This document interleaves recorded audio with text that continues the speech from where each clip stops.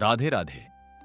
मित्रों, जीवन में जब पीड़ा हद से बढ़ जाती है तो कभी कभी वही पीड़ा इतिहास बन जाती है। महाभारत युद्ध के बाद माता गांधारी अपने 100 पुत्रों की मृत्यु का दुख सह नहीं पाई।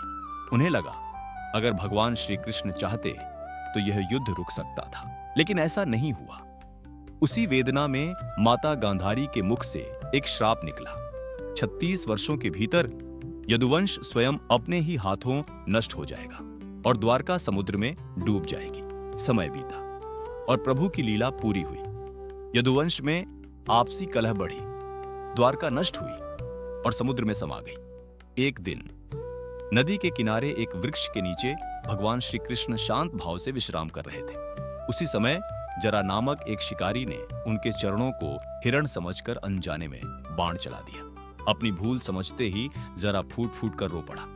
तब श्री कृष्ण ने मुस्कुराकर कहा, जरा तुम दोषी नहीं हो। त्रेता युग में तुम ही बाली थे और मैंने तुम्हें नियमों के विरुद्ध मारा था। आज मेरी यह लीला उसी कर्म का फल है। यह कहकर भगवान श्री कृष्ण ने देह त्याग दिया। अर्जुन ने अत्यंत दुख के साथ प्रभु का अंतिम संस्कार किया।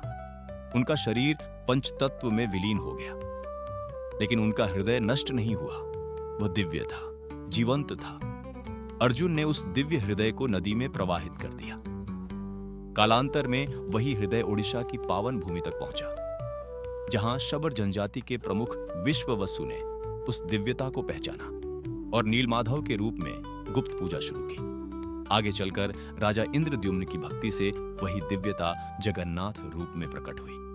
आज भी माना जाता है कि भगवान जगन्नाथ के भीतर श्री कृष्ण का वही दिव्य हृदय विराजमान है।